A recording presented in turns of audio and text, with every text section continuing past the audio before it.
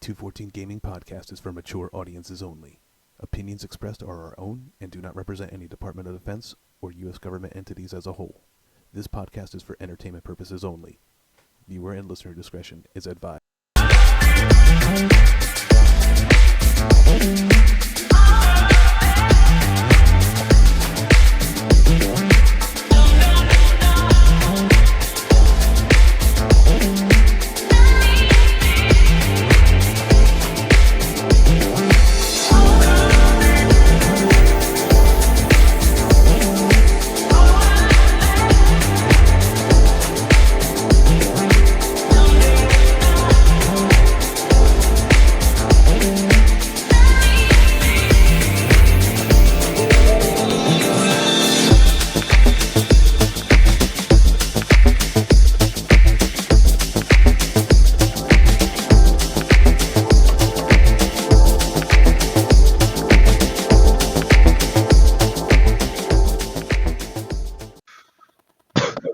Jesus. Welcome to fucking church. We're like 30 minutes late to our own party, man. That's how I fucking roll. I don't know about you, but that's how I fucking roll. How are you, John? Late to the party as always, my friend. You know how it is. It's funny. Sometimes we're on at 9 o'clock. Sometimes we're on at 10:30. Sometimes we're on at 10:47. Hey, man, you know what? We say 11 Eastern, 8 Pacific. How about whenever the fuck we're ready to go? And that's what we do. It's our church. So this is how we roll. Just saying happy Sunday to everybody. Hope y'all. Yeah, except this is the only church that doesn't have any stained glass windows, and that's okay because we'll build them.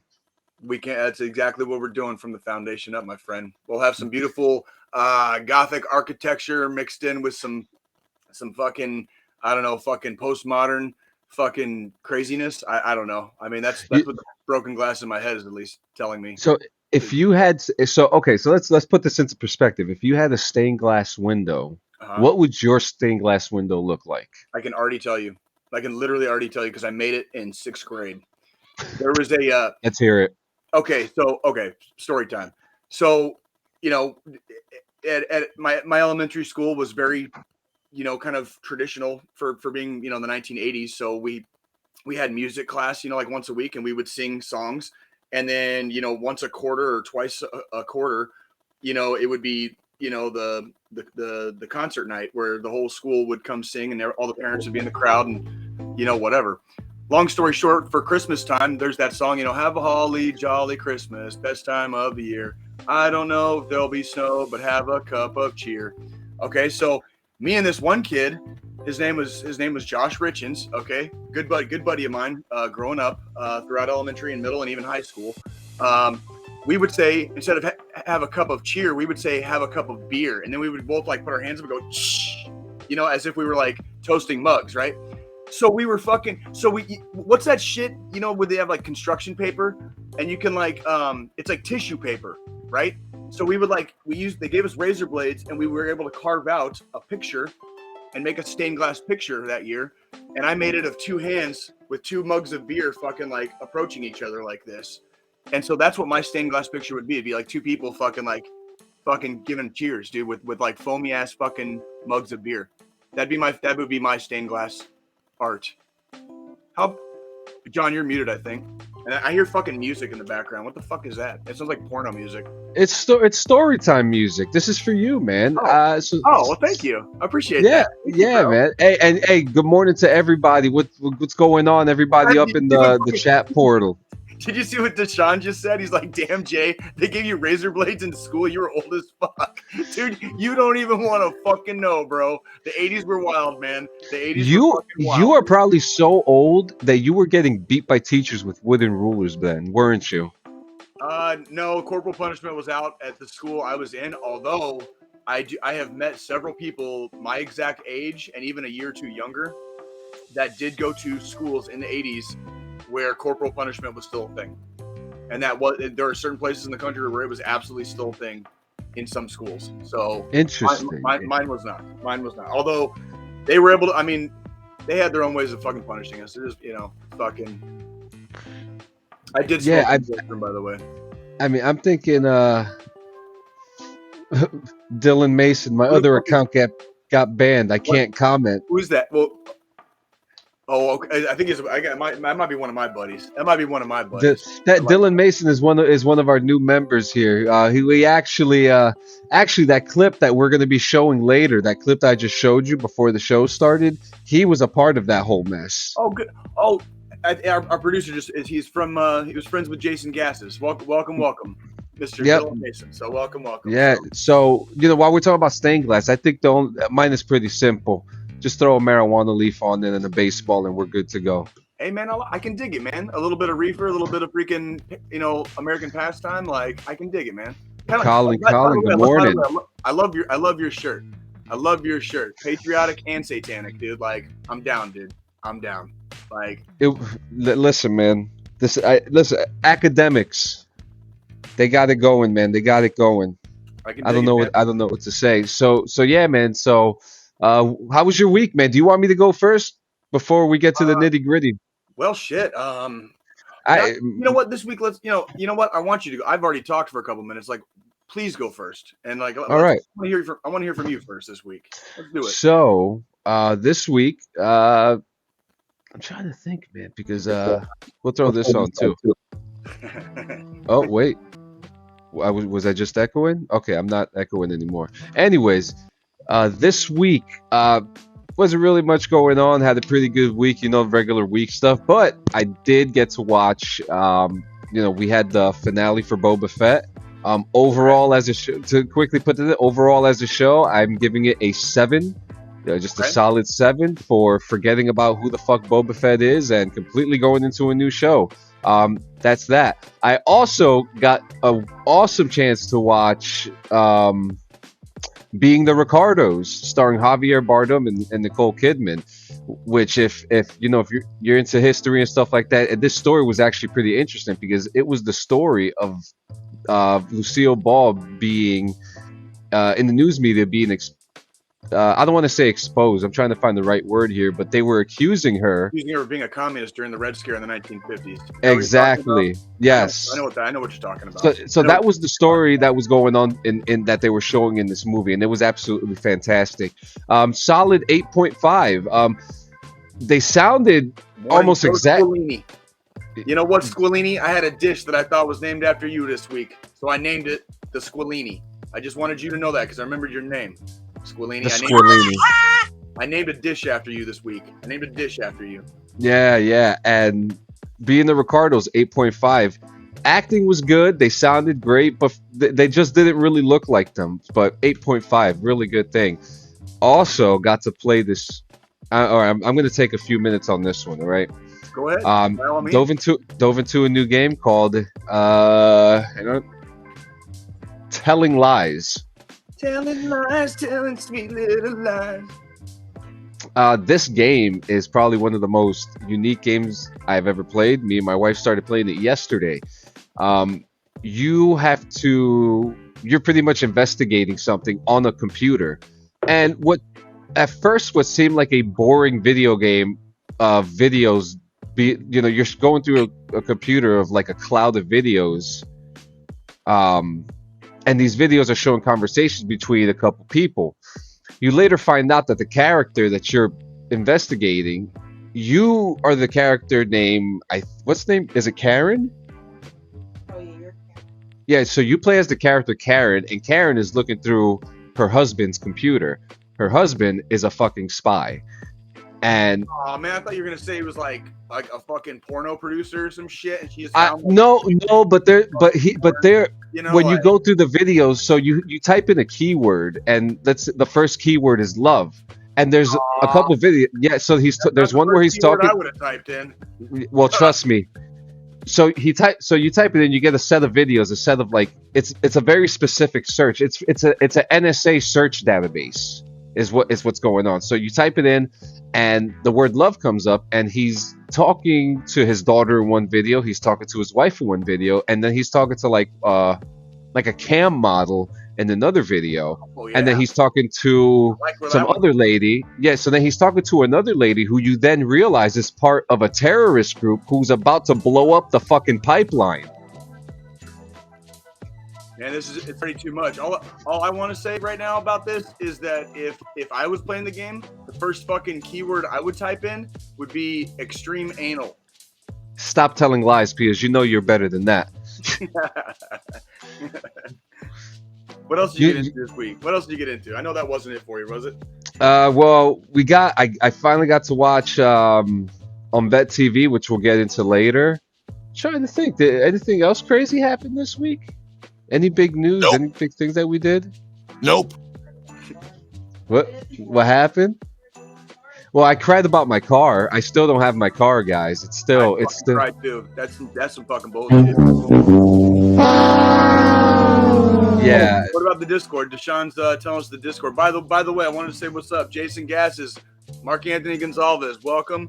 Colin Kenny, you as well. Willini, we already gave you the shout out. So, you're done for today. Okay, so gentlemen, all of you, welcome. There was a big thing that happened this week, Jay, and I have to give it to our producer for sparking up our Discord, because our Discord is up and running, guys. It's up and running. Mark, Joe, Colin, Jason, Dylan, you guys, thanks for coming. But I had put in a new section in our Discord called Tall Tales, which tells stories, and we have a story here. Are you ready to hear this story? I am always ready to hear stories. Like, I love stories. This is from Death Royale. Death Royale, are you in this lobby right now? Who are you, my friend? Well, anyway, Death Royale said, I got a call at 3 a.m. on a Sunday morning from TOP. Had a soldier that was arrested by security forces of the neighboring Air Force Base. My star soldier, this kid stayed on extra duty, had been arrested for drugs and trying to sneak two underage 18-year-old, onto the base for a drug and alcohol-laden orgy in a flight commander's house. Holy shit. Hey, man, if you're going to go out with fucking style, homie. All right? All I can say is, like, I spent almost 12 years in the Army when I was a single soldier at the beginning portion of my career. Some of the shit we got up to, I'm not going to, out minus the drugs part, but some of the shit we got up to, man, fucking, yeah. Jesus Christ. So let's, what about you, man? What about you? Oh, man. Well, it's been a week. It's always a week, right? Like, had a pretty good run of it last 7 days.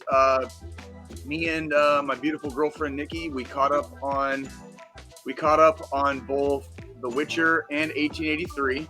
So let's talk to us about The Witcher. So I never played the game, so I was familiar with some of the content, but not a lot of like the backstory and some of the different types of monsters and some of the political whatever of the overarching story of the show. So watching The Witcher was very interesting.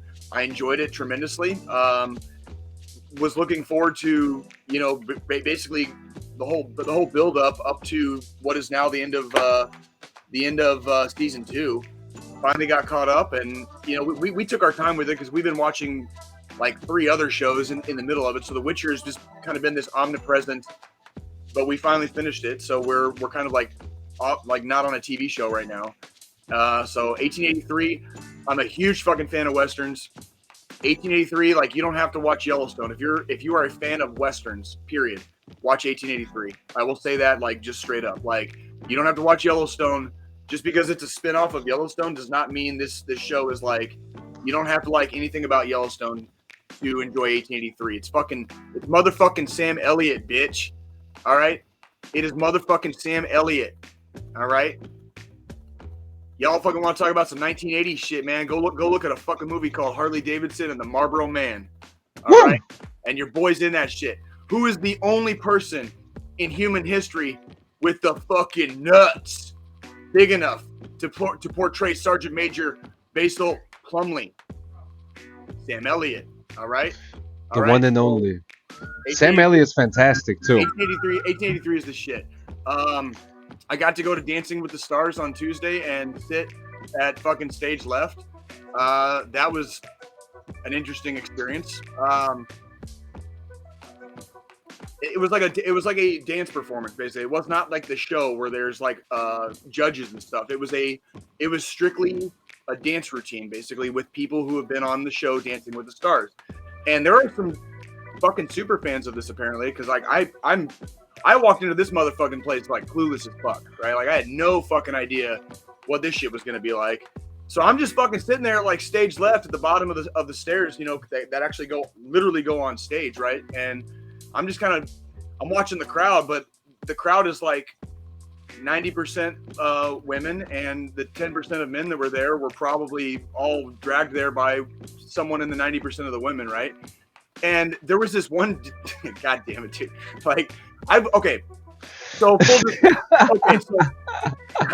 fuck me, dude. Like, so full disclosure.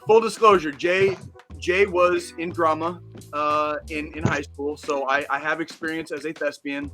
I have experience being on stage and being around those kinds of, I guess, activities, you know, where. Wow, we've actually done the same thing before. Oh yeah, absolutely, man. I was in the fucking Shakespeare Club in high school. I don't give a fuck, bro. Have you ever seen that fucking old ass Saturday Night Live skit with Emilio Estevez, where like it's called like Geek, Dweeb, or Nerd, and like the cool people have to like try to decide, like they bring out like a really like nerdy ass looking person. They're like, is it a geek, a dweeb, or a nerd? And then Emilio Estevez walks out like in a biker jacket and shit with like drinking a beer, you know, like long. Okay, I'm rabbit trailing. Anyways. So it was like that. It was basically a dance. It was basically a dance performance. It was like a recital, basically, but with Dancing with the Stars. And their whole time they're doing this, they're coming out doing their little wardrobe changes, and one of them would come out and like say some inspirational shit to the crowd. And you know, there were a lot of younger girls in the crowd that I know for a fact are probably into dancing and ballet and stuff like that. And that's really cool, you know. And it was kind of.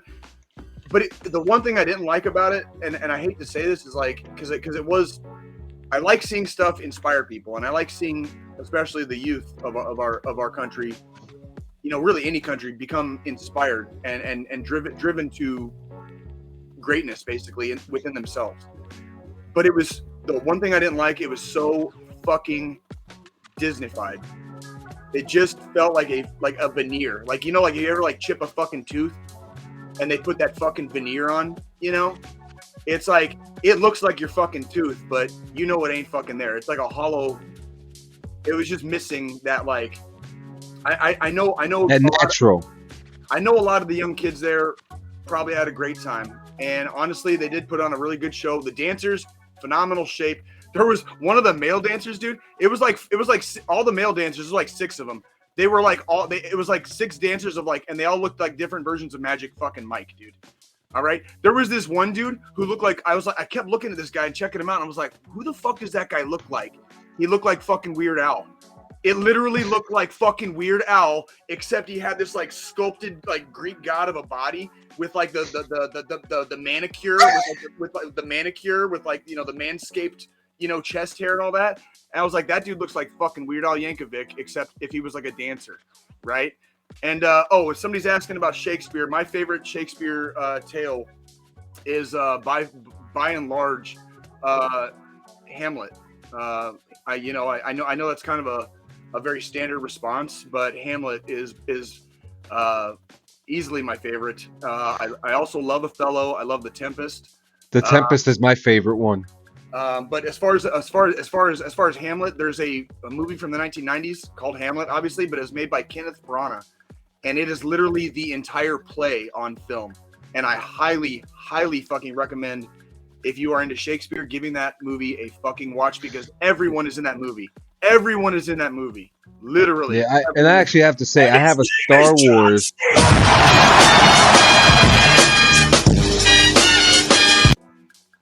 I don't know why. You know why you didn't see John Cena in that movie? Yeah, you fucking know why, don't you? Because you couldn't fucking see him, bitch. Because you couldn't fucking see him. And you know what's funny too? How I actually have a Star Wars book here that is. I showed it to you a couple weeks ago. It is the story of A New Hope, but in Shakespearean. Yes, you told me about that. Have you been digging into the case files with Old English, my friend? No. Is there something I should be learning? Yeah, how to talk in fucking Shakespearean so you can read fucking Shakespeare, you dumbass. This is coming from the guy who probably could never get pussy, so he had to join the Shakespeare Club for it. Hey man, if it works, it works, right? Jesus Christ. I'm just saying. So well played, my friend. So and I'm trying to think. As far as so for gaming though, because I am dipping my feet a lot more into the waters. For gaming, I finished X01. It's on Game Pass right now. I was a fan of the game because I could literally play it and just space the fuck out. It's not exactly, there's not much to this game. It's literally you figure out how to fly this little orb and it kind of turns into a fucking flat disc shape. You learn how to fly it and you go towards the light in the game. And every level you go towards the light.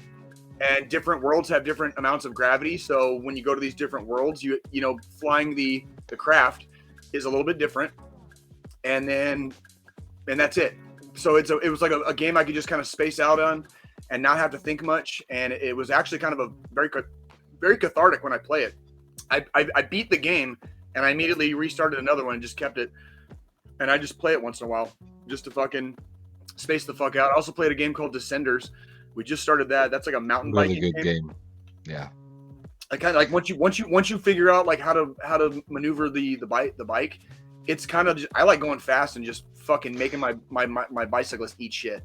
I like watching this motherfucker ragdoll when I jump like 300 feet in the air and he just like tumbles down a fucking mountain and you're just like, oh, you didn't survive. If you like Descenders, I mean, you would probably. I mean, there was one game that we were actually just talking about it earlier. Me and Joe, a game called Riders Republic, which I had reviewed, and I actually gave it a very high score. Riders Republic, you could bicycle, snowboard, ski, and all that stuff. So if you like Descenders, you would probably like the biking in Riders Republic. It's fun as hell because you could use BMX bikes and you're going down hills, and it's a lot more realistic. And you could go in first person in that. So I've been trying to branch out, and a lot of I'm proud of you, man. You even downloaded Fortnite like a man. I'm trying out new shit. I'm trying to keep things fresh. Basically, I hate to say it, man, but I mean honestly, like I was thinking about the other day, and for a guy that just ETS'd, you know what I mean? Like I just got out of the army, I fit so many fucking stereotypes. Like I check so many fucking blocks that it's kind of scary. So I've been doing more stuff that I didn't normally do while I was in the army to kind of like pacify that whatever the fuck that is, because I'm checking so many fucking blocks on the like fresh out, you know, within the last like 12 months guy. Like I'm literally like look at the fucking moonlighting job I got. I got a job. I'm basically fucking living out my 1980s fucking Roadhouse fantasy, right? Like I mean like Jesus Christ, dude. Like I'm glad and I'm very fortunate that I have the freedom to do a job that I can kind of just like half-ass enjoy, you know, when I do it. But let's be realistic about what the job actually is. You know what I mean? Like, and I'm kind of like I'm in that moment in space and time in my own existence where, it is a big change, and I need to give myself healthy habits, you know, every single day, basically to keep things, you know, kind of regimented and somewhat disciplined, so that I don't fucking, you know, fall off the edge of the earth and end up in like a fucking pool of like inky blackness, you know, like where we've all been in our lives at varying points, you know, and in doing so, I'm seeing new shit and I'm playing new games and I'm watching TV. Like I've never been a TV watcher for like the last 20 years. And I've been watching a shitload of TV with my beautiful girlfriend and just enjoying life, you know, like really just fucking enjoying life. Like actually smiling sometimes. Like, can you believe that? Like I actually smile sometimes. Like, you know, like you ain't gonna catch me doing it because I know happy face motherfucker, right? But sometimes I smile now. Like, what the fuck's that like, right? Like, I don't know. I don't think you had an actual genuine smile until like 3 seasons later, like now. I'm telling you, I mean, we all say the same things and we all make the same excuses when we're still in. When we are still in service, it's like I could still go home to like Arizona or back to Arizona where I grew up and go home to Arizona and see my homies and laugh and cry and howl at the moon, and we do, you know, every time I go out there. But the ultimate reality is I still have the game face on. You know, like, because at some point I had to stop on that leave would end and I'd have to fly back to wherever I was stationed or drive back to wherever I was stationed and put the fucking mask back on to go back into work, you know, that next Monday or that next fucking day. Yeah. And get back into game mode. You know, there was a section of time when we moved to Colorado after I reclassed, after I became an infantryman, we moved to fucking Colorado, and from December of 2014 until November of 2018, I was either training or deployed. So you're talking about a span of like no shit, like 4 fucking years straight. I was basically going like 10,000 miles an hour, either training or deploying. And you think about a lot of the things that in a normal world, in a normal life, in the regular world, how much goes on in 4 years. And I just you miss all of it. Like I didn't pay attention to any games. I didn't pay attention to what movies were coming out. I didn't give a finger fuck about what TV shows were on, because all I gave a fuck about was fucking soldiering and my fucking family. So I mean, that was it for fucking 4 years straight. And now I have the freedom. Now that I'm out, I have the freedom to actually like taste the fucking sacred waters of Lake Minnetonka, as Prince would say, right? Like I can actually bathe. I can actually bathe myself in the pleasures of modern society as it collapses around me, right? I fucking love this shit, dude. I fucking love it. It's kind of like that video of a guy in a robe with things just exploding behind him, and he's just not giving a fuck about anything, and that's just how it is. It is. That's just how it is. It is. Yeah. What it is. I'm telling you, bro. Yeah. I'm telling you. My God. So we got today, the Super Bowl's today. The Super Bowl. Holy shit! It is. It's fucking Super Bowl Sunday, isn't it? Jesus It's Christ. Super Bowl Sunday. Boy, did that sneak up on us. So we got the Bengals and the Rams. We got The the Bengals. We got the Bengals and we got the Rams. Do you have any predictions? Because I'll give my prediction. Like, Look, I love a good underdog story. I love hearing about a team that doesn't make it unless it's a team that a city I don't like. But we're talking about the Cincinnati Bengals here. They probably have like one of the worst histories in fucking sports. We're talking about like, kind of like the only teams that really suffered more than the Bengals up to this point is the fucking Browns and the Lions. Honestly, yeah, honest to fucking God, like honest to fucking God. Yeah, and it's actually very interesting to me because I see these stories. And I actually have a buddy of mine. I'm going to shout you out, Nick. He works over in market at my job, and he's a huge Cincinnati Bengals fan. And I saw a video of him tearing up when they won the playoffs, when they beat the Chiefs. And to hear, to see people around me being so excited about this team making it just makes me like, if the fan base is about it and they're loyal about it and they love it, let's go. We're going for the Bengals, baby. I know. I briefly mentioned it, I think last week, because we were talking about the Chiefs. The Chiefs lost 2 weeks ago.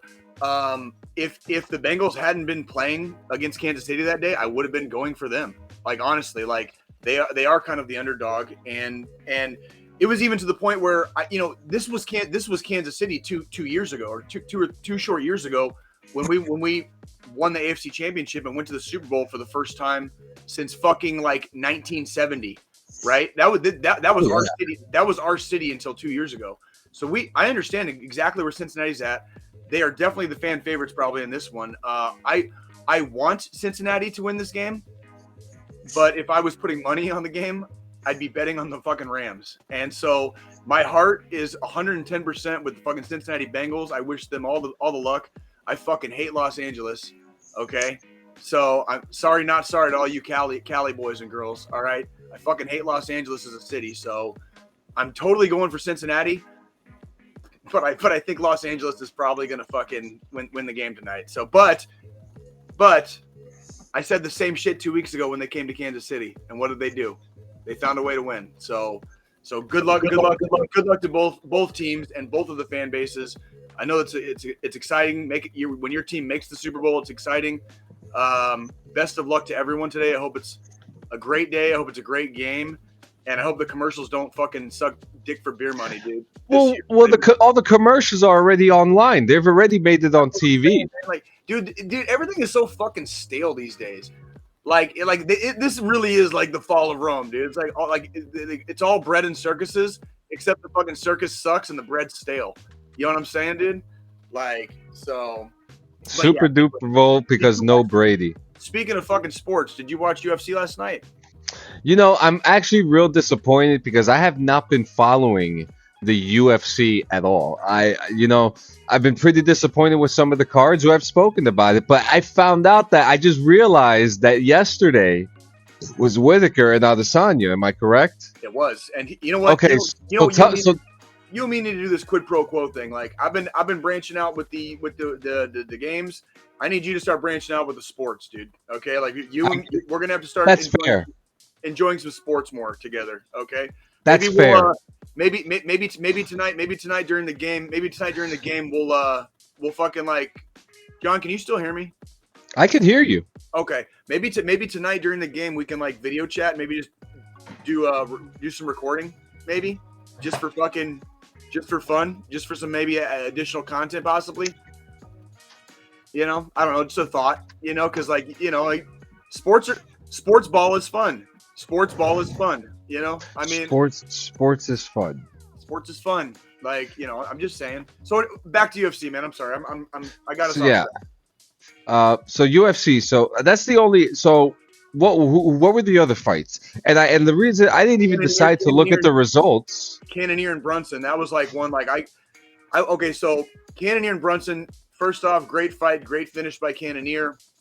Congrats to him. I'm watching this fight, and the whole first round, like Brunson's coming out. The hype was on Brunson, and Michael Bisping and DC as commentators could not get off of his dick.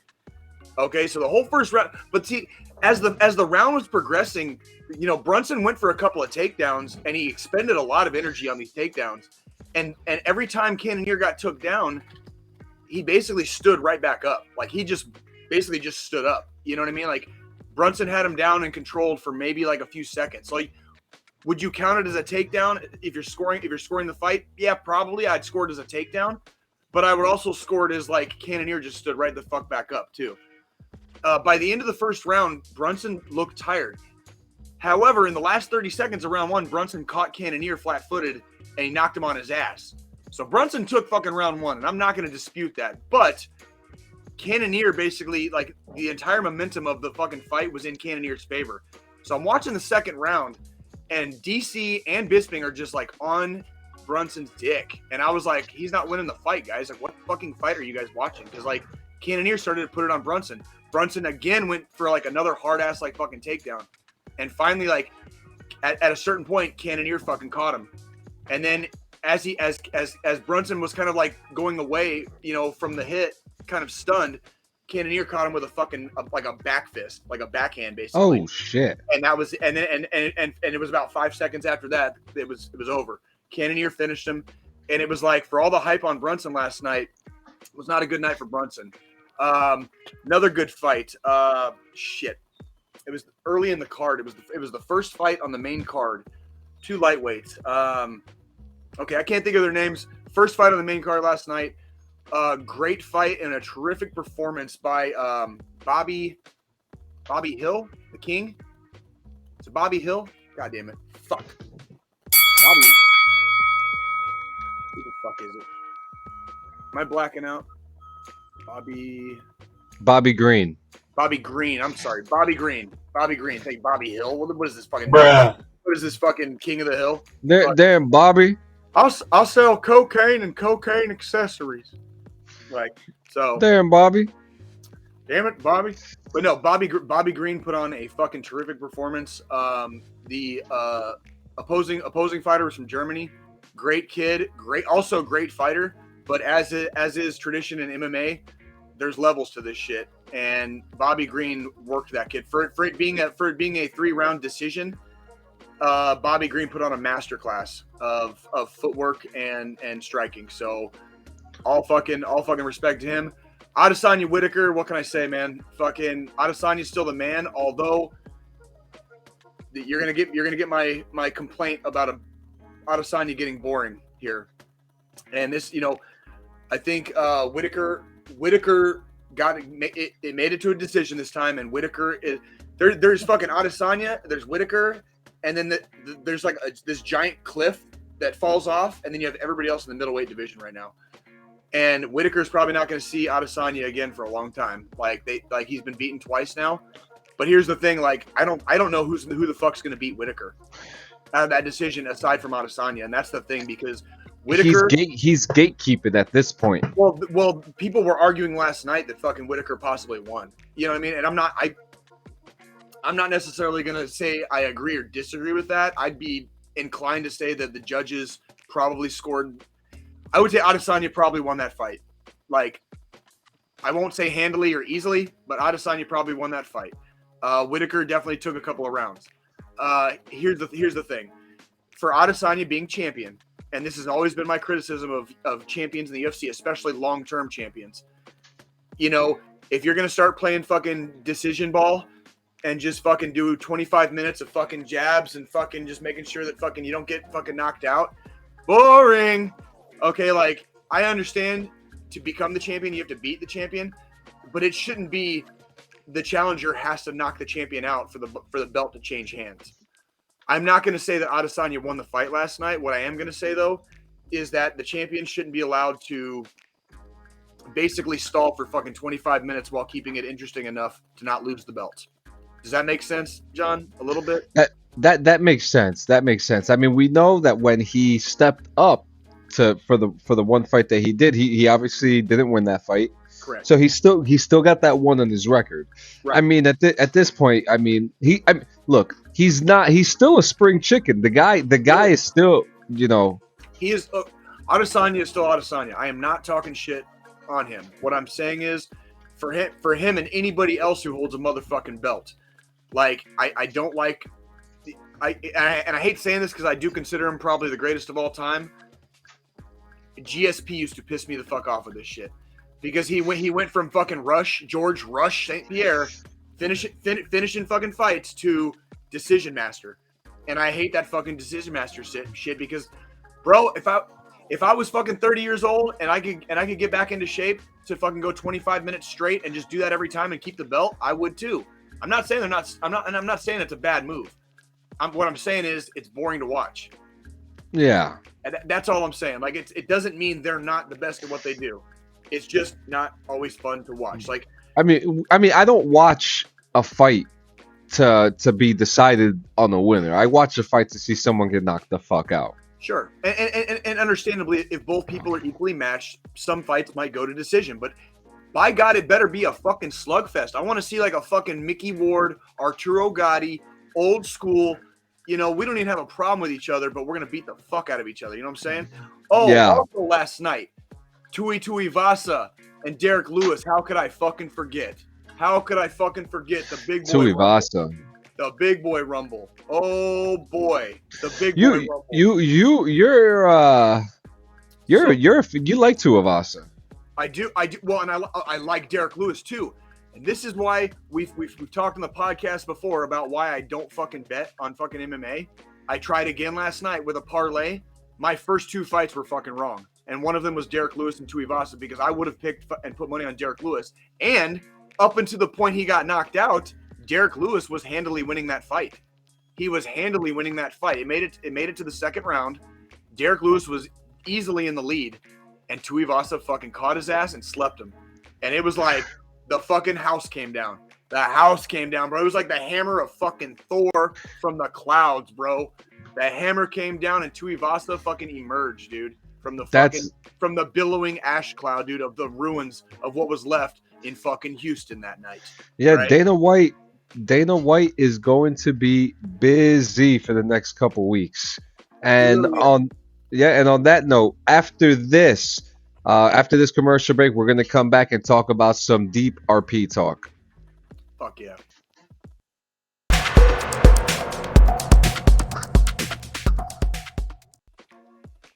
Remember, guys, use code DD214 Gaming for your next order of Rogue Energy, 10% off. You can't eat ass, you can't do PT, you can't even do lift iron.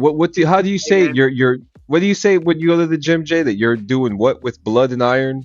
What do you do? Well, basically, I'm picking heavy things up and putting them down, and I'm fucking praying to the Iron God.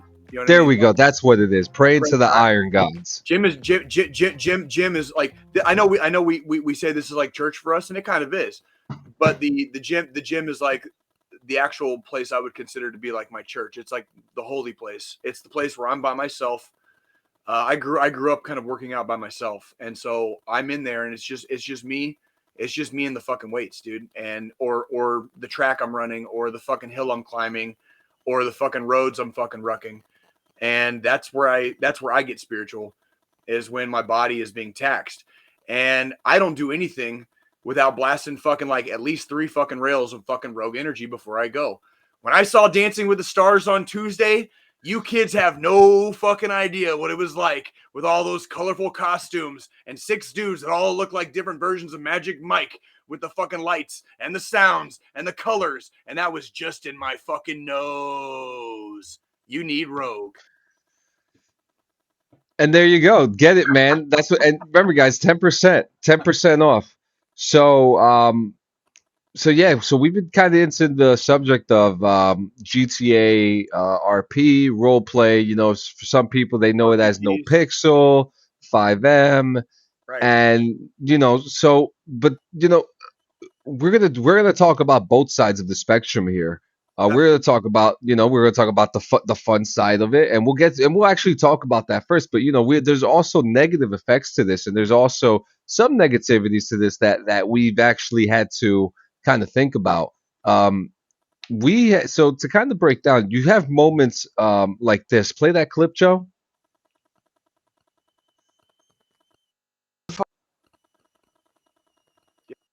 Fuck's the elevator floor, bro? Oh, it's coming down. Everyone out! Everyone out! Everyone out! The elevator's coming down, bro! No! Hands up, everybody. Hands up, Oh, everybody. fuck this shit. Hands Hell up. to the fucking no. Get in. Get in now. Hands Oh, they're shooting. They're shooting. Get out of here. Nice. Yeah. Who got broke out of jail? The both of us did. And that was in the for context, that was in the GTA role playing game you guys are doing? Yes. And actually, the gentleman here, Colin Kenny, we're not going to get into specifics here. We don't want anyone to get in trouble or anything like that. But what we will talk about is we're going to start off with the fun stuff, the stuff that makes the content, the memories. And I mean, I guess it's the right thing to say, because as in role play terms, it's pronounced GoPros. You got to have your GoPros on, which actually makes sense. What the fuck is a GoPro in a role playing game? So let's say I'm streaming, or I decide to record the content through my PC. Yeah, it's pretty much like in both terms your GoPro in real, like Your stream? yeah. Okay. Yeah, those are your eyes. I had some buddies that used to fucking GoPro shit downrange, but I mean, whatever. Yeah, live feed of a camera. And you see some things that are just so extraordinary. You see people walking out of jail. You see people running from the cops. You see people hunting. You see people playing cards. There's a vineyard, and these are all fun things to do. Different activities, and like we said, the GTA RP servers are way different than GTA Online. It gives you a different experience than what you're previously used to. Right. So it brings some new life to the game. It brings, you're just like, oh, I've had this game for 10 years. Now I get to finally. I see him moving around. I think I'm all right. Yeah. You're all right. You're all right. Joe's getting worried. I'm listening to John talk. So we have a good time, and we're all there for the good time. And in some ways, you want to set some things up. Sometimes there's not enough police officers on there. Maybe there's enough on, and you want to get into some action like we did yesterday. It's fun. It sounds fun. But then we get into some situations sometimes, and there are sometimes, and even on my first day in the RPs, I've seen people break their character. I've seen people get aggravated when people do certain things, but when people adhere to the rules, it becomes almost like an issue sometimes, where like, oh well, only we can uphold these rules. And this isn't, and I'm not talking about the city that we're in now, Diamond Rock. I'm talking about other cities that we have played in. other servers where it's almost kind of like, oh fuck, how do you say it? They have these gateways to. It's like Wow, that's the gatekeeping. first time I actually had the blackout session and actually was able to pull through. Fantastic. Good job, John. That's progress, homie. I That's did it. progress. I did it. The first step is admitting you have a problem. And there's the problem. And now I've blacked out. So they're Fuck me. So they're gatekeeping. So these other servers, these other cities are basically gatekeeping. Fucking Yeah, so one server actually you need to read the rules and you have to use a password to get into the city. And then you have to do all these other things to kind of like work your way up. And in some ways Fidelio. it Have you almost seems Have you ever seen Eyes Wide Shut? yeah. Tom Cruise, Nicole Fidelio. That's my password. Fidelio from Eyes Wide Shut. Stanley Kubrick. I saw that movie in the movie theater. That's how old he is. Jay is so old, he watched the crucifixion of Jesus Christ, ladies and gentlemen. What are you talking about? Watch, bro. I took part. The Rolling Stones sang a song about me, bro. I was shit. around when Jesus Christ has my yeah. That was me, motherfucker. That was me. So now we get into the situations where you find some servers and some of them are actually kind of like dictatorish, where some servers they really just want you to like be like all in sometimes. And in some ways, not everyone is equipped, not everyone mentally is equipped that way. There's Why you would know you there's be? I'm not gonna role play so somebody else can like fucking like slave drive me. You know what I mean? Like yeah. that's not fun. That Yeah. doesn't sound like a game to me. That sounds like fucking like regular life. Yeah, Yeah, but I was now trying to play a game to like get out of the regular life thing, right? Like, yeah, and like I said, there's some things in real life that I would never do. Like I would never be a truck driver. I would never Right. be a delivery driver. I would never do underwater salvaging, for Christ's sakes, But it's fun to do. But then we get into a more deeper tone where we talk about addictive personalities Sure. and how they absorb these experiences and their persona kind of becomes yes, and they meta the fuck out of it is pretty Okay. much what. that. Yeah, and you know what? I'm kind of glad you brought that up because like that was really what fascinated me the most about you and Joe kind of diving into the GTA, RP basically is basic. There's nothing new under the sun. Like role playing and role playing games have been around for a long fucking time. Okay, when I was a kid, when we had fucking Atari and Intellivision, they had fucking Dungeons and Dragons. Okay, and there were hardcore fans, like super fans basically, like of Dungeons and Dragons. Just like on Tuesday night, there were fucking super fans of Dancing with the Stars, right? Like I might not fucking get it, you might not fucking get it, but there's people out there that like attach themselves to this thing because it brings them some form of probably inner peace in this fucking ocean of chaos that we are thrust into when we become fucking self-aware and self-conscious fucking beings on this planet. Okay, so all that being said, role-playing has been around for a long time. There's nothing inherently wrong with it. I do think it can be a tremendously wonderful and healthy activity that can be shared by like-minded individuals all over the world. And that's a wonderful, wonderful fucking thing. With the Thank you. Appreciate that. Yes, sir. Thank you, sir. That being said, with the advent of the internet and technology and social media and things like that, it can also breach that fucking easy to discern barrier that used to be easy to discern, which is fucking reality. And so in 2022, it's a lot easier to lose grasp of that wall and that fucking barrier of what reality is when you can really, really, truly immerse yourself in these fucking games. I mean, you really can. This and people immersing themselves in video games and role playing is also nothing new. It's only been the last freaking like 20 years or so we saw like an explosion of people dressing up to go to like fucking Comic Cons, Star Wars outfits, all that. This is all like I was probably around like put it this way. I was a senior in high school the year episode 1 came out, 1999. Okay. So in 1999, Jesus. episode 1 came out, and that was probably the first time I remember, and this is also in Tucson, Arizona, that was the first time I remember seeing people dressed up as characters in line to go see a movie. So that's my memory. But so how long ago was 1999? Fucking 23 years ago. So Yep. So for the last 23 years, all I've seen in my life is just a buildup of people who dress up as their favorite characters, go visit kids in hospitals, role play. There's a whole movie. There was like a movie I watched in Afghanistan one time. It was about a couple of like party animal dudes, and they got into like this like role playing shit where people dress up like in medieval costumes, and like at the very end there was this giant fucking medieval costume fight. I guess that's fucking a thing, and that's Yeah. okay. All of that is okay.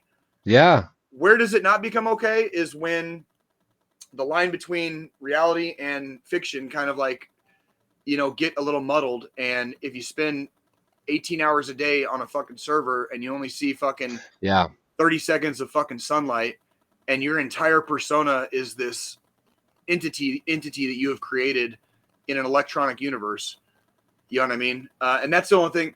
I'm not against role playing or costume playing or costume. Dude, I was into role playing a long time ago. It just wasn't with fucking comic book characters, bro. It was in the fucking bedroom. All right. That's like, I've been into role playing for a long time, my friend. Long time. That's right. Yeah. But the fact of the matter is it fun? Yes. Is it worth the content and being with your homies? Yes. Is it healthy? Depending on the person. And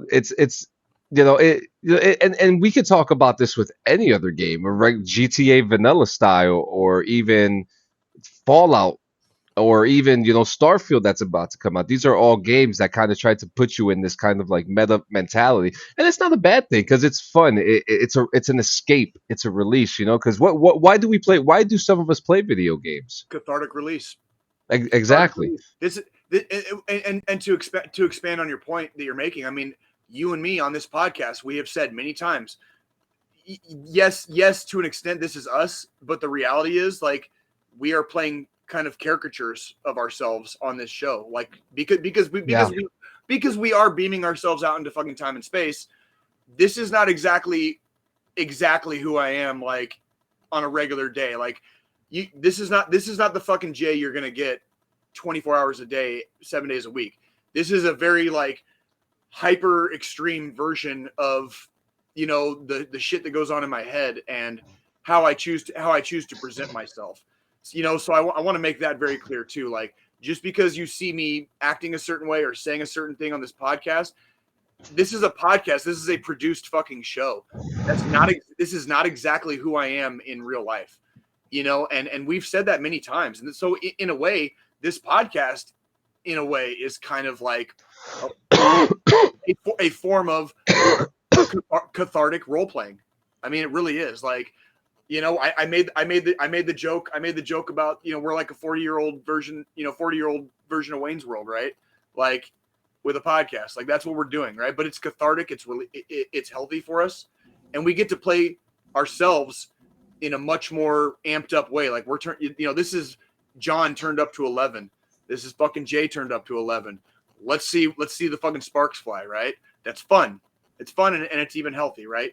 Aside from maybe my friend Mr. Tallboy here, right?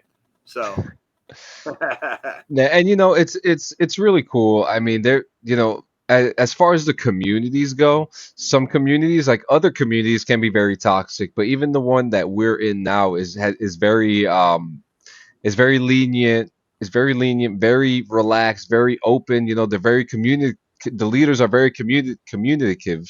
However the fucking word is. Yeah. So yeah, go. Something about this. One person summed this up perfectly in my stream last night.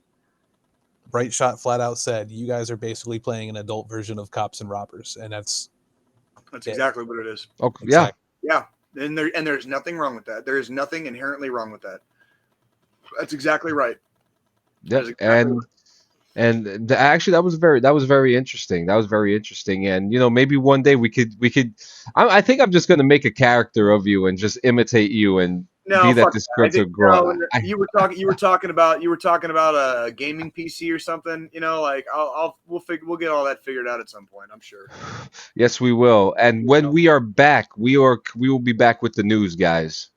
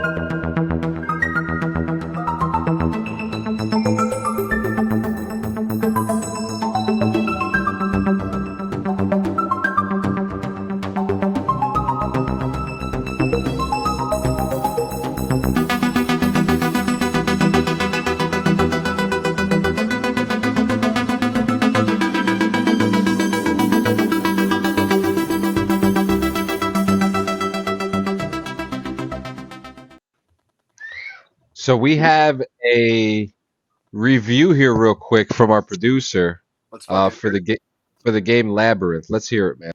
let's go, Joe. What you got, Joe? It is called Labyrinthine. I'm trying to get the picture of it up here real quick. Labyrinthine. I am not sharing. I'm kind of digging. I'm kind of digging the name. Good morning, This is what it is called. This is a fucking weird game, bro. I met a gamer, a pretty cool guy this weekend. He introduced me to this game. It's his name is Herbert, and most of you may know him from Family Guy. He's the backup voice for Herbert the Pervert. And I don't know how the hell he found me on Twitch this weekend, but he did. And also say where he is. He's joined our DD214 server too. He is in the DD214 Discord server. So if you want to meet a celebrity of some sort here, probably one of the funnier dudes, and I've heard the voice. He'll do the voice for you if you ask real nice. It's great.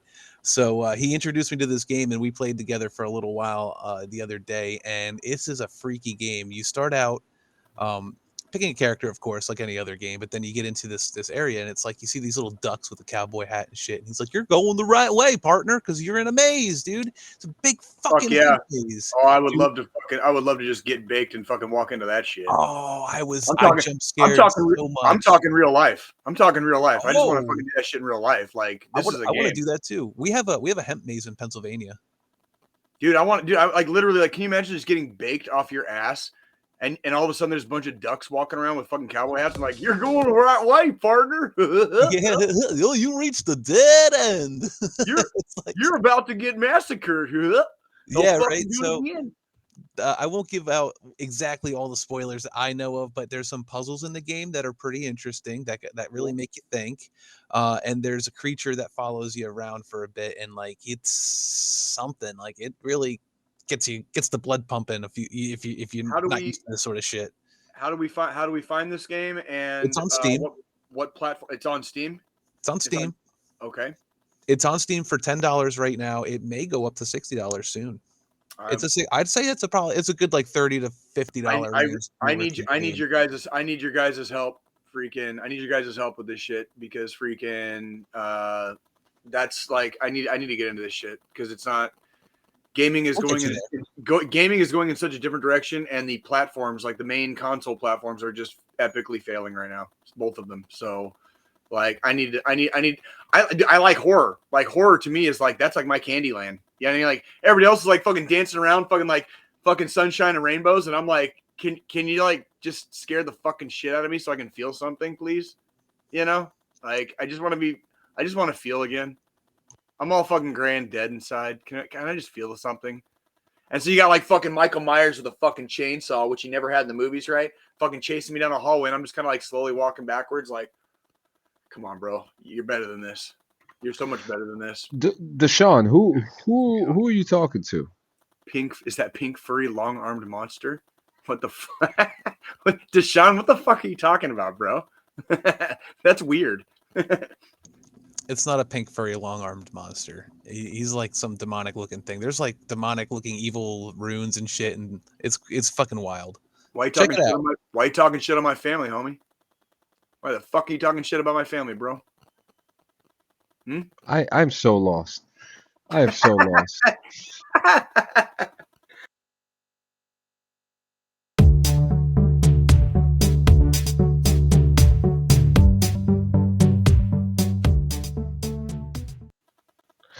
Battlefield 2042 is now being petitioned for refunds. Holy Hang shit. on. This is fucking hilarious. This is so Hang fucking on. hilarious. This music is not. I need something because this is the news. We got to get. There we go. So, people are fighting to get their fucking money back for the Battlefield 2042, and let me tell you why. Here is the biggest con, because there are no pros about the game. Yeah, they had some really cool mechanics and stuff like that, but the real problem is the game fucking sucks. It is terrible. It is unplayable. I mean, Surprise, not surprised. who's gonna play? Who's gonna pay fucking $60 for a game that only has like 4 maps in it? And then who wants to go into the portal Whoa, back up right there. I want you to retract that statement right there. Not who's gonna pay. I want you all to fucking know who didn't fucking pay $60. This guy right here did not waste his fucking money. Okay, technically, I didn't pay $60 either. I paid $32 because I was part of a deal with 2 other dudes who got a buy 2 get 1 free game. So I didn't pay $60 for it either. And then guess where the game is now? You wanna know where the game is now? It's at GameStop. I don't know. I got nothing for you, bro. I mean, this shit right here. This like first off, I'm trying to keep myself really hard from like ranting right now. Like, give me a second. Here. And you have every right because this is interesting. We called it. I called it. We've been talking about from the genesis of this podcast to the point that it's at now. We have ranted, we have raved, we have shit talked, and everything we have said from the beginning has pretty much come to fruition. Like the games they are releasing right now are dog shit. They're like if you pre-order a video game on the consoles today, you are a fool for pre-ordering. Like it is a fool's errand to pre-order a fucking game before it comes out now because these games fucking suck. So much so that there's a petition that motherfuckers are asking the company for their fucking money back because they believed in the company, they believed in the game so much so, and they just got fucking like trashed on. Like, when are people going to understand they don't care about you? Stop giving them your fucking money before you know what the product is. Fucking stop. You're just fucking digging yourself a deeper hole than the company already fucking threw you in decades ago when they already didn't give a fuck about you in the first place. Stop. He's not wrong. He's not wrong. And in other bullshit first person shooter news, Call of Duty Modern Warfare 2 is in development. It is confirmed for this year, for the end of the year. I have a couple things here to talk about too. Go ahead. I'm sorry. I'm just reading the damn. I just pre-ordered. Deshaun, I just pre-ordered Horizon Forbidden West and Elden Ring. Deshaun, stop doing that. Stop fucking wasting money, dude. Jason Gaston says for Switch games, I wait for a review from Beat 'em Ups. Luckily, I got a CP 2077 for free. Oh, he got Cyberpunk. If you get it for free, dude, you're not gonna. I cannot in public advocate for getting things for free in any manner. Yes. But what I will say is, if you got something for free, congratulations, and that's probably the way to go because that's the way gaming is going. Absolutely. I'm not spending a fucking dime until I know it's fucking worth it. That's why I like the Game Pass. That's exactly why I like the Game Pass because fucking I ain't spending fucking a dime until I know for a fact that I like the game now. Like, bullshit, dude. Like they have fucked shit up so hard in gaming that you literally can't trust. Like, all the fucking reviews are all the fucking same. They pay people to fucking review the games. Battlefield fucking 2042 was a piece of shit. Go back and look at the fucking first reviews. Yep. We're online. What did they Yep. all say? Yep. Amazing And game, game of the year, 10 of 10, fucking revolutionary. Yep. And I'm curious to know. All those buzzwords that they use to fucking like fill your brain full of fucking shit. So you fucking like shell the money out of your pocket, and then you fucking take the game home and realize you fucking got handed a fucking polished turd. Like, stop. Identity theft is not a joke, Jim. Yep. And while we're talking about first-person shooters, Modern Warfare 2 is announced and it's coming back. And the reason why we're talking about it, because, of course, the good news always comes first, but the bad shit always happens after the pre-orders come. Because, you know, those pre-orders are, you know, they're going to be paying rent for those people, so you might as well. But we do have some exciting news, and we're going to stick with the good news, and we're going to stick to the positive for this one. Modern Warfare 2 will have a brand new Warzone experience. A massive evolution of Battle Royale, which will include a new play space and a sandbox mode. I'm assuming that this is going to be something compared to Call of Duty World War II, where when you enter the game, you're part of this lobby. And in the lobby, you're throwing snowballs at each other, you're practicing your weapon shooting, you're playing mini games, and so on and so forth. So that's what I assume is going to happen. Not a bad idea. If we could do this in a modern setting, let's go for it. Let's not rinse and repeat what we did a couple years ago and not give us the exact same game. Give us a couple new things. What's also very interesting here is that this whole thing is being developed by Infinity Ward, and right now Warzone is being developed by Raven Software, which, if you ask me, they're not really doing a good fucking job.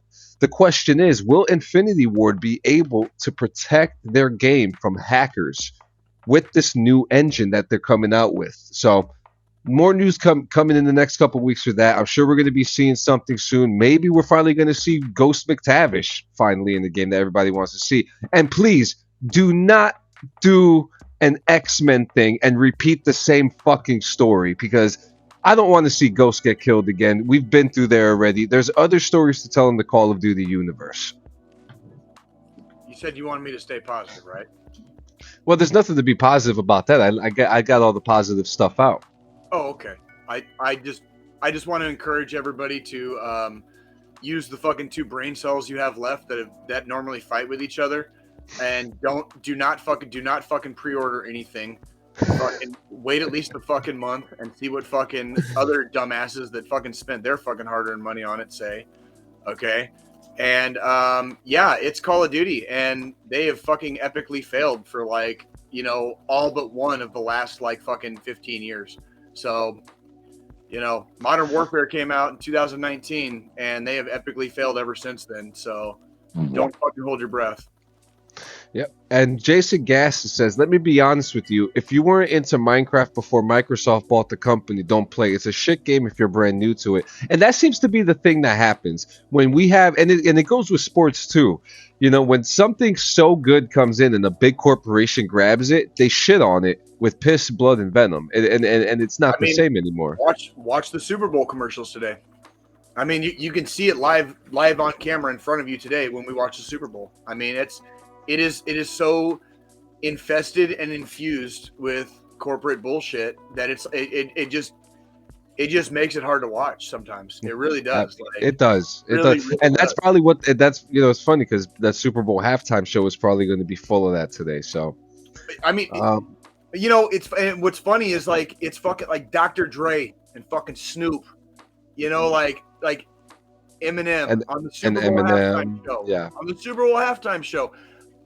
My parents, when I was fucking a little shit, they took away Dr. Dre's The Chronic from me because my old man walked in on me fucking like bumping that shit one day, right? And so, like, when they announced that fucking Dr. Dre and Snoop were gonna be on the Super Bowl, I called my fucking mom up and I was like, "Hey Ma, you remember that fucking CD you fucking took away from me when I was a kid? They're playing the halftime show." There you go. Next we have Nintendo. As long as it makes money, John. As long as it makes money. Jason Gass is just tugging at my heartstrings. I'm hopeful for MLB The Show. I won't be pre-ordered, but I'll end up getting it. But that's a big fucking deal. If you don't know the game, then it won't be obvious. Jason Gass, listen to me. Go on the Xbox and preload MLB The Show right now on Xbox. It's already preloaded into my Xbox right now. It's ready April 5th, baby. And I'm actually very hopeful for MLB The Show too because I love baseball. In other news, we have Nintendo Direct. They had a fantastic panel. I was able to watch some of it, but I feel like it was a little more underwhelming than it was more whelming. And yeah, and there were some things that really caught my eye. Mario Strikers. Mario Strikers is going to come out. Can you pull up some stuff for Mario Strikers? But what is Mario Strikers? I apologize. But that's the thing. I don't know a lot about Mario Strikers. You fucking suck. Huh? Yes, we do. Oh, look, here we go. So you can't see shit, Joe. You gotta fucking. So when I first watched this, it kind of had like okay, it's gonna be like what Super Smash Brothers type of work. Well, actually, oh look at that. Okay, it's soccer. Soccer. I don't get it. You can put this away. Yeah, so, we get on something else. Okay, so we got that soccer and hate. Oh, Jason Gasson says that soccer and hate combined. Okay, Rocket League on foot. Oh, fantastic. Okay. What the fuck was I gonna say? Oh, okay. So the game that Kirby got announced. My son especially is very excited about this. I don't think they've come out with a Kirby game for a couple of years, and Kirby's one of the biggest Nintendo franchises out there, and I'm actually kind of excited to see Kirby come back. Also one of the, you might call it, franchise that I thought was going to epically fail when I was a kid and it first came out, and I was totally wrong about. I thought fucking Kirby was like, I was like, what the fuck is that stupid looking fucking thing? This is when it came out. Like, look at the origin of Kirby. Oh, first 3D Kirby. And do your math on like when Kirby came out. Like, I was that old and I was like, fuck this pile of shit, right? And I was totally fucking wrong because apparently everybody fucking loves Kirby, right? Look at this. Like, you're like, who wants to fucking be that? He looks like a blown piece of bubble gum. Dude, that is so like not me. Like, I would like why would I even want to be that character ever? But yet it's fucking loved worldwide, and I was wrong. I was totally fucking wrong, right? Like, I thought Paperboy was gonna be like a much bigger failure. Dude, I love Paperboy when I was on like original Nintendo. Paperboy was one of my favorite games, all-time favorite game. Now the third game that I'm super excited about. Hey, lower the volume on this. Is Nintendo Switch Sports. This is something that I've actually always liked with the Nintendo games is their sports games. They've in their older Nintendo Wii games they've had archery, the sword type thing, which is actually right there. It's coming back. A lot of the old games from the Wii versions of the Nintendo sports games are coming back. Like this tennis is coming back. I don't remember bowling, but I'm very excited to see bowling. And if you don't have a Nintendo Switch, get it today because there's actually a game called 52 Games Worldwide where you could actually go bowling in the game. And I love that game. It's one of my favorite Nintendo games of all time. But this Nintendo Switch Sports is going to be super fun. 39 digital, 59 physical, but comes with the leg strap.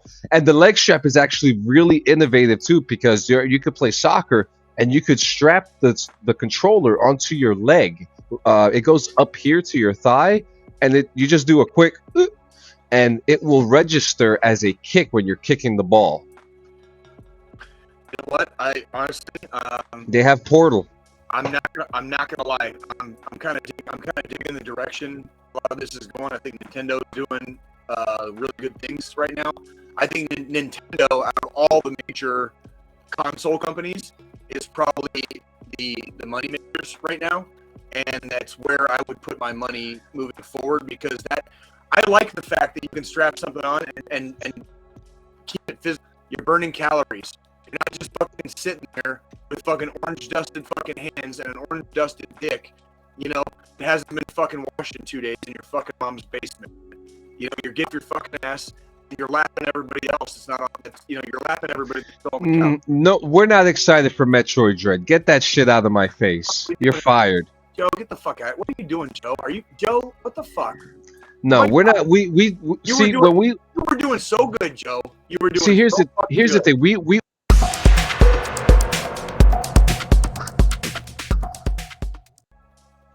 We did that commercial already. You're fucking fired. You're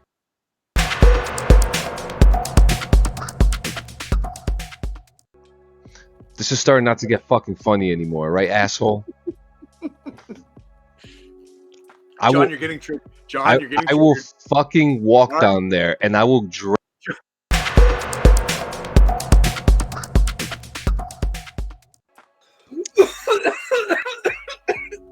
That is so fucking hilarious. Oh my god. Oh my fucking god. Oh, jeez, All right. John. Hey, John. Let me play Peacemaker a little bit with our producer. Fucking like, god damn. Fucking John, dude. You poor bastard. I'm supposed to be the angry one, John. I'm supposed to be the angry one. Remember? You're like getting like legit like triggered. Like, oh my fucking god, I just got hung up on. What the fuck? You know when you're like, have you guys ever been like in like? Have you guys ever been like in like an abusive relationship where like the person like that you're trying to like contact like just fucking randomly hangs up on you, and you're just sitting there like, oh my fucking god, and then like for the rest of your life, for the rest of your whole fucking life, every time somebody hangs up on you, even if it's accidentally, like just triggers the fuck out of you, and you're just like, oh, I get hung up on now, huh? Oh, okay, right? Like, because that's the power they used over you, and then when they were like gaslighting you and shit, right? I think I'm going a little bit off topic, aren't I? No, I no. It's just that last bit. That last bit where you cut your mic went. I was like, what? And also, I just also have to say, Joe, I don't think anyone is excited for Portal coming to Switch. I could be wrong, but we play. Portal came out already. It came out for the Xbox like 15 years ago. Fuck Joe. I beat that game like 5 times. We're so stupid. Bullshit. We're so stupid. Bullshit. Hey, so I checked out that Let's Talk About the War on Vet TV. Oh, okay, yeah. I'm one episode in. Very interesting stuff. Context, like let's introduce the people to what we're talking about, because they've probably seen. If you're in the military community and you have Facebook, you have probably seen ads at some point in your career and up to present day for Vet TV. I want to kind of give a little prelude to what we're about to talk about. A couple years ago, I decided to check Vet TV out just for shits and giggles.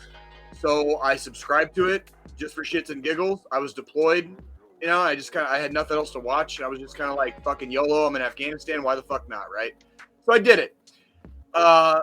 If you want me to give you like an overall rating of Vet TV, I'm going to give it like a solid like 3.5 out of 5 stars. You know what I mean? Like, it's when it works, it works. When it doesn't work, the jokes fall flat like a hockey puck. But then again, think about when you were in the service, right? Like probably the same thing, right? This current documentary series that we're about to talk about, and the reason I had John watch it is because this Vet TV usually does like fictional kind of like just caricature style situational humor, of being in the military, different branches and stuff like that.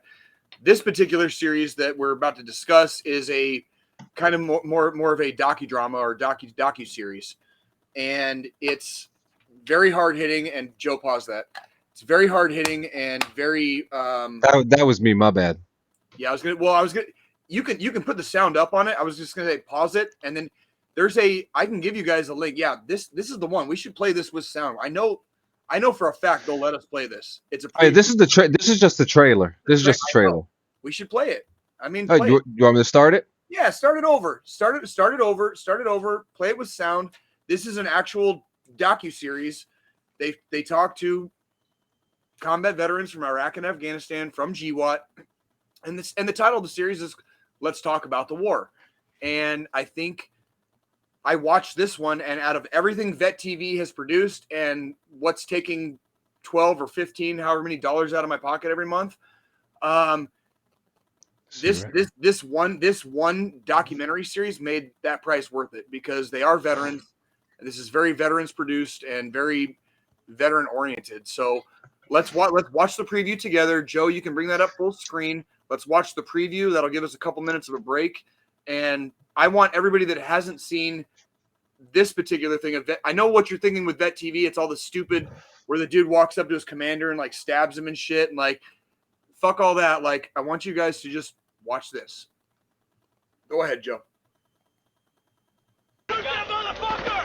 Shoot those motherfuckers right now! See all those people standing down there? Light them all up. Come on, fire!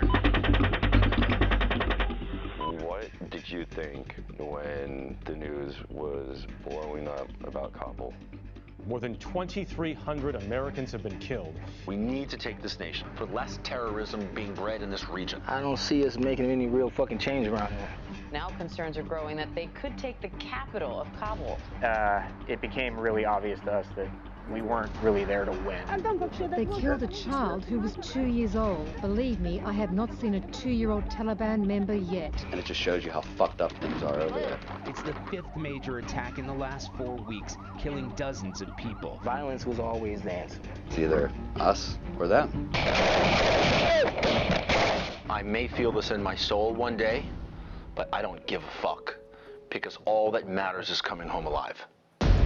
Hearts and Minds goes out the window when you see the guy shooting at you and then he puts his wife and kids in front of him. Hearts and minds, hearts and minds, hearts and minds. How the fuck do you win the hearts and minds of people who have neither? Oh, it's their fault for bringing their kids to a battle. That's right. We actually had a board in our COC. We kept a kill count.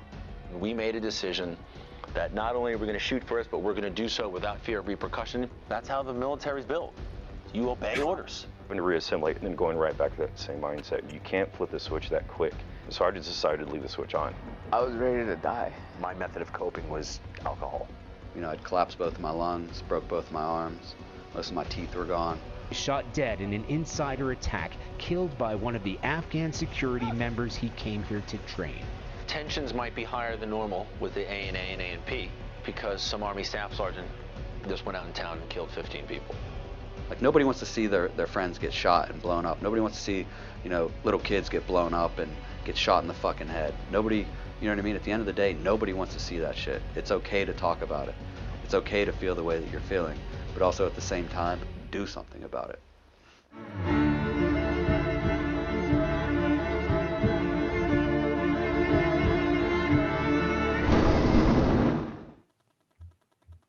All right. So that's Donnie O'Malley, is the person that came up with kind of like Vet TV, and he's kind of the public face of it, And I take veteran TV with a very big grain of salt because it's we joke about a lot of the the vet bro stuff. Everybody gets out, makes a fucking t-shirt company, makes a fucking coffee company, XYZ, whatever, and like they make their livelihood and their living based off of their time in service. I'm not here to talk shit about any of that. When I watched the documentary series, because it's still actually going on, there's still one episode left, like it's still occurring.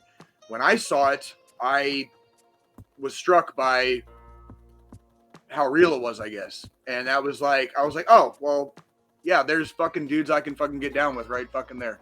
Like, and that's kind of how we fucking already carry on this podcast. Like, a lot of our guests have been former people that we formerly served with during our time in, and it struck me, and it seemed cool. So that was our context and our prelude, and we got to watch the preview. John, take it away. Like, what did you think watching it when you watched it? You're muted, brother. First episode was about 15 minutes long, and I was already immediately sucked in. There was a man. First, there was a man in boxers shooting a machine gun. That was kind of funny. And I'm just like, okay, well, this is war. This is what happens. You don't know when these things happen. So you may be naked at the time, and you got to throw on a pair of fucking boxers and a fucking Kevlar and an IOTV just to save your life, and that's just what it is. And you know, I love how deeply rooted it goes into that, you know, and it also goes into this first episode how you use your human emotion to translate that into being a soldier, and how to use that anger and energy to either use that to kill the enemy or to subdue someone who your target. Also goes into detail about the children, like if you heard in the trailer, a 2-year-old Taliban member. You know, when you hear things like that, it's like, holy shit. And they even go into this where there's even the moment in the first episode where one of the gentlemen says something that it was difficult for him to have a child point a gun at him, and he didn't know what to do. Well, yeah. You know, it's fucked up. It's really fucked up because we see certain things on TV. You know, we've seen horrible movies like The Hurt Locker, and you know, we don't get to see a lot of the realities that some of those townspeople face. And there was actually another documentary show that I watched on History Channel. I think it was called it was about American soldiers leaving the military, going back to Syria to join. So fight alongside like Peshmerga and the Kurds and stuff like that. That's correct. Yes, and that was the first time that I got to see a show. That was the first time I got to see a show where they got to really go in deep about what's really going on in these countries, things that we don't get to see. And that's what I'm liking about this documentary series, is that we get to see the ugly shit that should be seen, even as ugly as it is. You know, these are ugly truths that people face every day. We don't get to face them anymore. I never got to face it. I never deployed. Jay got to see some ugliness. And there are other people, even people who were on this show, who have seen way worse and been in worse situations that we never get to hear about or even get to see. So this is a perfect docuseries to highlight that. Well, and that's why I kind of homed in on it. When I checked out that first episode, I kind of got like immediately hooked. And there's one episode left. I think it's 6 episodes long, or at least this season is 6 episodes long. But going off of what you were just saying, the episode I just caught up last night. Because the episodes are only like 15 minutes long, so it's easy to catch up real quick. Yeah. The episode I watched last night was called Collateral Damage, and it was all about collateral damage. It was all about what you experience, and when bombs go off and civilians die, or when civilians get used by the people in charge of like the area that they live in, and they get used as human shields or weapons against a military power like the United States. And then you're the soldier, you're on the other side of that, and that's what you're facing down. Like that's your reality at the time. For context on that, I know not every veteran has deployed. Not every veteran is in a combat role. Not every veteran experiences the same things when they serve. For the people that have served, and were had the opportunity or were in time and space, and served in Iraq and Afghanistan. The show is for me, it was, again, it's very cathartic. That's a word I will continue using and going back to over and over again, because that's all it is. I watch stuff like that, and it's kind of healing for me, because that was me, right? Like, no fucks given. I don't know if fucking going out the gate today, today's going to be the fucking end. Like, also don't care. You know what I mean? And we don't talk about that enough. We don't talk about those feelings that you use to motivate yourself to face your inevitable doom every single fucking day. Like that's there's a reason why my coffee cup, says hate and discontent, right? And I'm like okay with that, right? Because it's not just because I'm a 40-year-old edgelord, which I fucking am, right? I'm a total 40-year-old fucking edgelord, right? But it's also because I fucking lived a life where hate and discontent fucking kept me alive. And it kept my fucking soldiers alive, more importantly. And which is really the most important part. When you become a leader, when you've already been there and you're on like your fucking second deployment, your third deployment plus, like anything over 3. I mean, shit, some people would say anything over 1. I don't know. I don't know. I enjoyed it. And there's people in this DocuSeries, and it's one of the first DocuSeries I've ever seen where they talk to people who actually enjoyed it. And it's not that they're not relishing in the violence. They're not relishing in the death and destruction. What they're relishing is the feelings that they got when all this shit fucking goes down range, because you don't get those feelings back. And then when you come back to the world, when you come back to reality, when you come back down from cloud 9, everything fucking starts to inhabit this really, really, really odd shade of gray. Nothing is quite black anymore. Nothing is quite white anymore. And everything is just it's like fucking watching The Wizard of Oz at the beginning, man. There's no fucking color, bro. And that is a real fucking thing when you've been close to the edge like that. And sometimes, Hunter S. Thompson had a great quote about the edge, and he said, the only people who know where the edge is are the ones who've gone over. And we are doing ourselves, we are doing our children and our children's children a great disservice if we do not talk about it.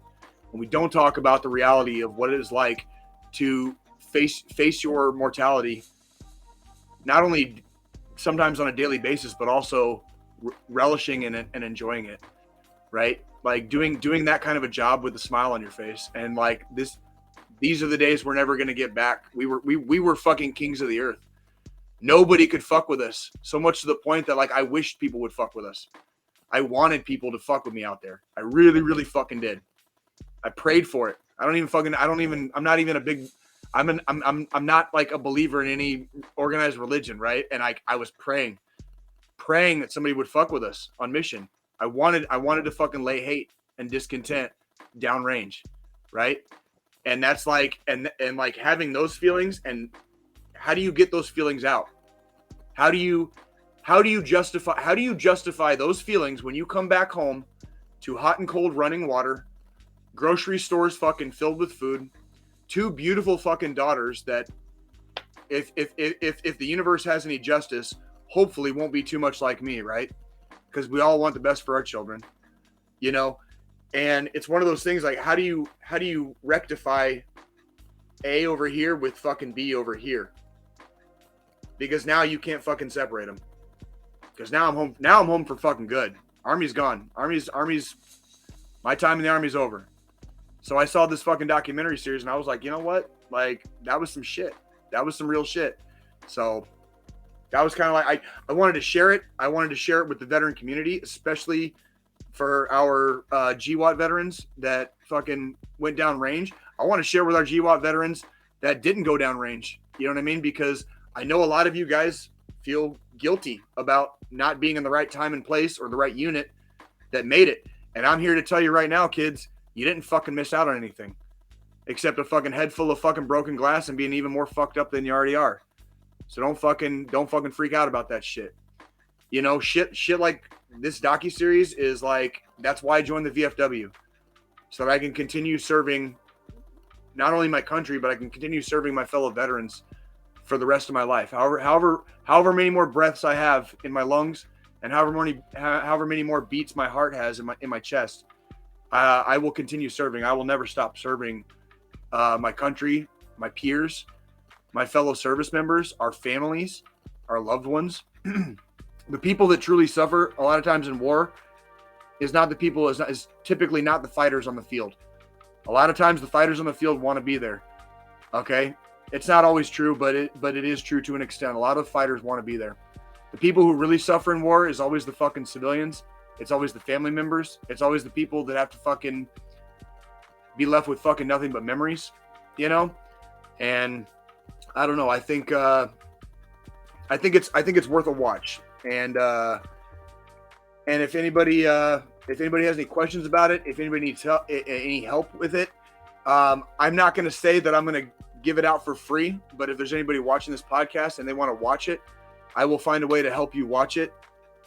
Hint, hint, wink, wink, nudge, nudge, right? And I will figure that out for you if you want to see this, so just let your friendly neighborhood, and I will help you and assist you with watching this this DocuSeries if you think this DocuSeries would be cathartic or healing in some way, shape or form to your mental and emotional process, thinking about and talking about the war. So that's all I got, John. I'm sorry. I was ranting. You're muted, buddy. You're muted. Oh man, I keep on doing that, but I'm doing it for the sake of not interrupting. But you know how it is. But yeah, was that a good Jay rant? Did Jay do good on that? No, that was beautiful, man. That was beautiful. I wasn't screaming for once. I wasn't screaming and pissed off for once. How about that? No, you're absolutely right. And hey, guys, before we get to that final thought, you already know www.linktree.com/DD214gaming. There's all our links there for YouTube. Like and subscribe and share.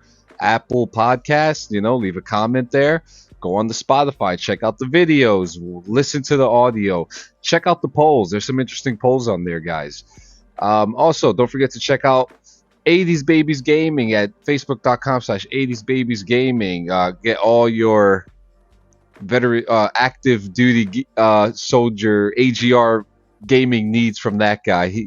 Fantastic guest, and you guys have to check out that episode last week. Man, that's my boy Lutz. He don't fuck around, man. Yeah, check out that episode. We also have the Paleo Giant. Check him out at www.thepaleogiant.com. Check him out on social medias at the Paleo Giant. Man, Deshaun Myers cooking up. Yes, we do. Cooking up. Yes, we do. We also have Blaze 8 Online. www.blaze8online, NewJersey.com. CBD Delta 8 Delta 10 seems to be the new thing now. He might have that too. Cream, toothpaste, you name it, he got it. Make sure, and Rose Blunts. Check out the Rose Blunts. And also, for a good time, call the DD214 Gaming Hotline, 717-229-6519. Leave a message, send a text message, talk shit. Please talk some we shit. We just want to hear it. And don't forget, guys. Come get roasted in church, because your church fucking wants to send you to heaven. Our church That's right. lets you know if you're hanging out with us, you're definitely going to hell. And you're not gonna complete this day at church without your Rogue Energy. Get your fruit punch, your grape aid, your cherry limeade with fucking cookies and cream, caramel, vanilla. Scrape it, scrape. And you're fucking ready for your day. Listen, guys, we're all in our 30s now. We were snorting pixie sticks. This isn't no fucking different. Get your Rogue Energy today, 10% off. And what's that code, Jay? It's fucking hashtag DD214 gaming. Jesus hates a pussy. Also, let's just be real here for just a second. I do not advocate fucking ingesting fucking Rogue Energy through your fucking nasal cavity. Okay, like this is part of the show. We're like, nope. You get rules always, warning labels always exist for a reason. Okay, so I just have to put that out for all the fucking dumbasses out there that think I actually advocate fucking like snorting energy drinks. I don't. This is how we get viral, because you know how those people were taking fucking bath salts. They're gonna start taking Rogue Energy, and not only did we just boost Rogue Energy's revenue, but we just promoted ourselves into a lifetime. And Tide Pods. I'm just saying, if it's going up your nose, it better be fucking worth it. There you go. And hey, allowed to say that. we're probably not allowed to say that, but probably not. Whatever, fuck them. We'll figure it out. Listen, listen, you get hits by being controversial. So guys, Valentine's Day is tomorrow. A lot of people are going to feel alone. A lot of people are going to be alone. But always remember, you are never alone. Guys, tomorrow, a lot of people, tomorrow has become a very big money grabber for a lot of corporate companies, but there's a lot of people out there who really do love each other. Love your wife. Love your spouse. Love your children, your mothers, your daughters, your fathers, your sons, your grandmothers, your grandparents, your extended family. This is, they talk about this time being the time of love, even though the origins of it aren't so pretty. If you look at them, but we celebrate love every single day. It's not really subjected to one day, but we choose this one day to celebrate our love with each other. Word. You love Nikki. I love my wife. Right. You love Alex. And tomorrow is a day to have that candlelight dinner. Tomorrow is that day to look at each other in the eyes and And if you happen to find yourself all alone, and you just fucking don't know what the fuck's going on, that's okay too, because we want you to know that you're not. And there is somebody out there that does care about you. And we want you guys to remember that phone numbers exist for a reason. Don't be scared. Pick up the fucking phone and call somebody. Yep. There is And somebody out there that will answer their phone and they will talk to you. If you have absolutely nobody to fucking call 1-800-273-8255. That's 1-800-273-TALK. Okay? Somebody You're will not talk alone. to you. People will fucking miss you. All right? So don't even allow those thoughts any space in your fucking head. Yeah. And All right? absolutely, We love absolutely, you. Call us. absolutely love yourself, guys. You know, if you don't have a Valentine, if you're single, you don't have anybody, go out with your dog. Take your fish out. I've said it on this podcast before. Send a private message to the admins of DD214 Gaming on Facebook. I will give you my personal fucking number. You can call me 24 hours a fucking day. I will give you my personal number. If it gets that fucking bad and you think Jay is that fucking cool, I will fucking talk to you at 3 o'clock in the morning. All right? Call me. I don't give a fuck. I don't sleep anyways, bitch. I'm a fucking machine. I'm a motherfucking G. I grew up in the 90s. All right? I don't fuck around. I am the fucking machine. That's exactly right. Now, what does this cuck want? I just want to say, at any point in time, the number for the DD214 Gaming Podcast will funnel to my personal phone. So if you want to call anonymously and not let me know who you are, but you just need someone to talk, I will be there for you. I will answer. Okay, perfect. I like it. We love you guys.